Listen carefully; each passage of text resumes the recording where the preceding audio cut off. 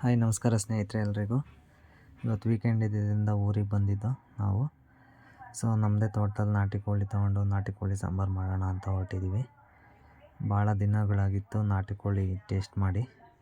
ನಾನಂತೂ ತುಂಬ ಎಕ್ಸೈಟಾಗಿ ಕಾಯ್ತಾಯಿದ್ದೀನಿ ಯಾವಾಗ ಬೇಗ ಸಾಂಬಾರು ರೆಡಿ ಆಗುತ್ತೋ ಅಂತ. ಮುದ್ದೆಗೆ ಒಳ್ಳೆ ಕಾಂಬಿನೇಷನ್ನು.